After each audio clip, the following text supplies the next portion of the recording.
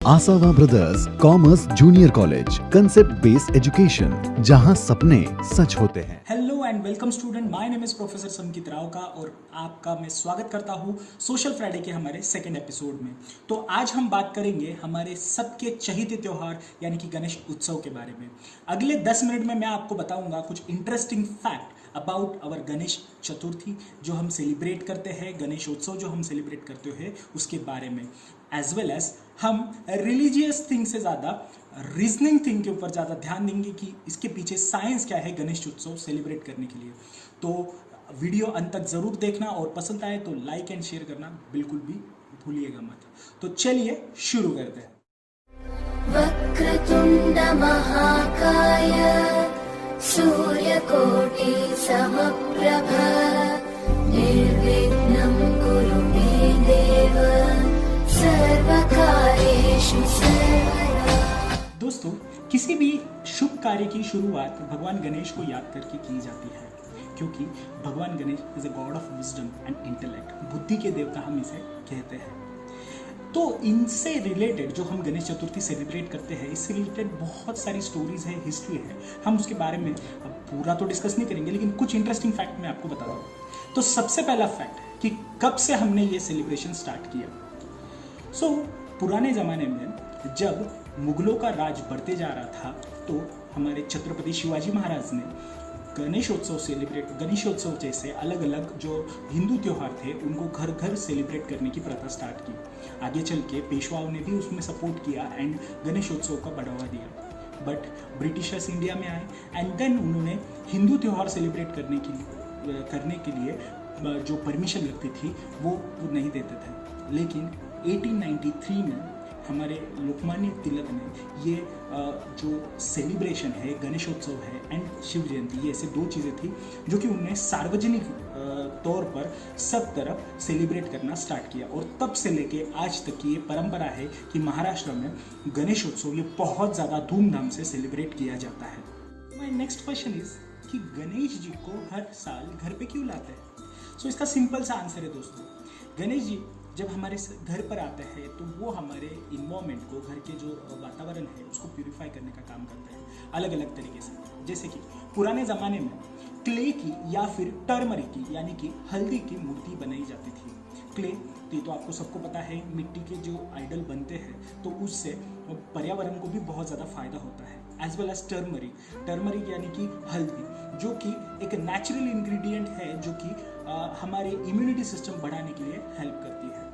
As well as जो भी फूल हार जो चढ़ाया जाता है गणेश जी को, वो पानी को प्यूरिफाई करने का काम करता है। जैसे कि उसके अंदर जो हर्ब्स होते हैं वो बहुत ज़्यादा नेचुरल होते हैं, जिसके वजह से आपका इन्वायरमेंट जो है वो प्यूरिफाई होता है। जैसे कि उसमें से अगर हम किसी का एक एग्जाम्पल लें तो वो है दुर्वा। गणेश जी को दुर्वा चढ़ाया जाता है, ये हम सबको पता है। दुर्वा यानी कि क्या होता है, ये हमारे जो ग्रास होती है उसका एक पार्ट होता है, क्योंकि इसके अंदर सबसे ज़्यादा न्यूट्रिशंस होते हैं, इसलिए वो गणेश जी को चढ़ाया जाता है। और अगर देखा जाए तो साइंटिफिकली ये प्रूवन है कि दुर्वा जो है वो इनविजियस स्पीशीज़ है, यानी कि उसके अंदर न्यूट्रिशन बहुत ज़्यादा मात्रा में भरा हुआ होता है। तो दोस्तों, अभी हम बात करते हैं गणेश जी के फेवरेट फूड के बारे में, यानी कि मोदक के बारे में, जिसके अंदर इन्वॉल्व होता है कोकोनट एंड जैगरी और उसको स्टीम भी किया जाता है। तो इसके बारे में बात करते हैं। साइंटिफिकली देखा जाए तो कोकोनट ये बहुत हेल्दी होता है, as well as digestive system को भी बहुत ज़्यादा हेल्प करता है। सेकेंड वन जैगरी, ये नेचुरल इंग्रेडिएंट है और आपको भी पता है कि जैगरी में आयरन होता है जो कि हमारे ब्लड सर्कुलेशन के लिए बहुत ज़्यादा हेल्प करता है। थर्ड इंग्रेडिएंट यानी कि स्टीमिंग इंग्रेडिएंट तो नहीं बोलेंगे, लेकिन स्टीम जो मोदक बनाने के लिए यूज़ होता है, उसके प्रोसेस में यूज़ होता है। स्टीमिंग से 100% जो आपका फूड है वो प्यूरिफाई होता है, ये साइंटिफिकली प्रूवन है। तो देखा, गणपति को ऐसी चीज़ें पसंद है जो कि हमारे लिए बहुत ज़्यादा हेल्दी है या फिर हेल्पफुल है।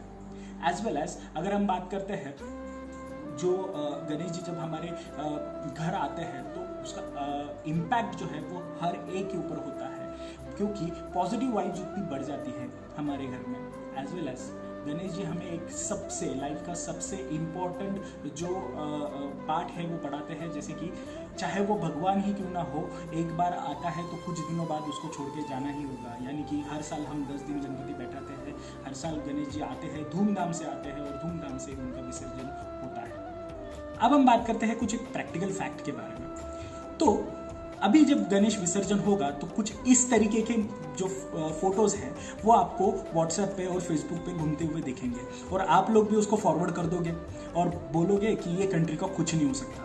बट दोस्तों, अगर आप 1% भी चेंज करोगे तो वो 1% चेंज बहुत ज़्यादा मैटर करेगा। वो मैं बताऊंगा आपको कैसे, लेकिन एक्चुअल में फैक्ट्स क्या है।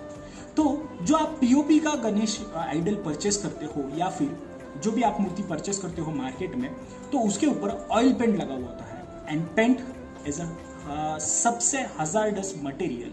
क्यों? क्योंकि इसके अंदर होता है लेड, और लेड ये सबसे ज़्यादा पॉइजनस होता है।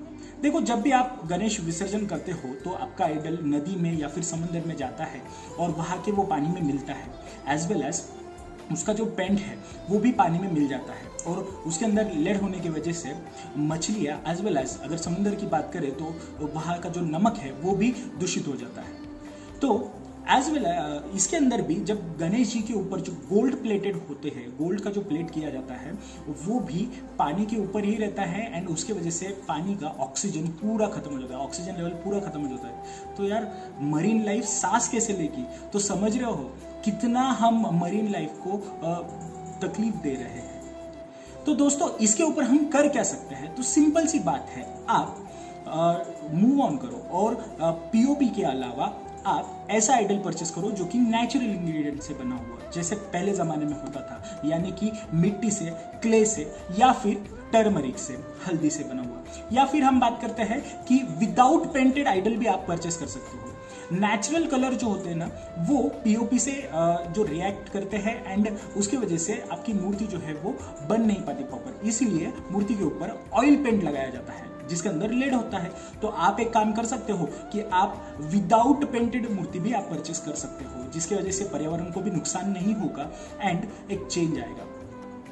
देखो, ये चीज धीरे धीरे चेंज होगी। एक साथ में अगर आज हम बोलेंगे कि हमें चेंज करना है तो ये नहीं होगा।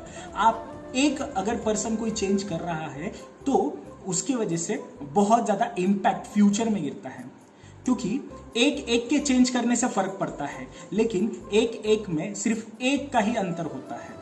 तो वो एक का अंतर हमें बनना है और 1% चेंज हमने करना है। अभी इस साल आपने बैठा भी लिया होगा या फिर इस साल से कुछ लोगों ने स्टार्ट किया होगा इको फ्रेंडली गणेशा। तो मेरा ये बोलना है कि अगले साल भी आप उसके ऊपर शिफ्ट हो एंड इको फ्रेंडली गणेशा बैठाने की कोशिश करो। देखो, गणेशोत्सव सेलिब्रेट करना ये हम सब का हक है एंड कोई भी मैं आपको ये नहीं कह रहा हूँ कि आप गणेशोत्सव सेलिब्रेट मत करो, लेकिन सेलिब्रेट कैसा करना है वो आपके हाथ में है। अपना फ्यूचर कैसे बचाना है या फिर अलग अलग जो स्पीशीज है उनको कैसे बचाना है वो आपके हाथ में है। और आखिर में गणेश भी तो वही चाहते हैं ना, भगवान गणेश भी वही चाहते हैं कि उनका सेलिब्रेशन हो लेकिन उनके वजह से किसी दूसरे को नुकसान ना हो।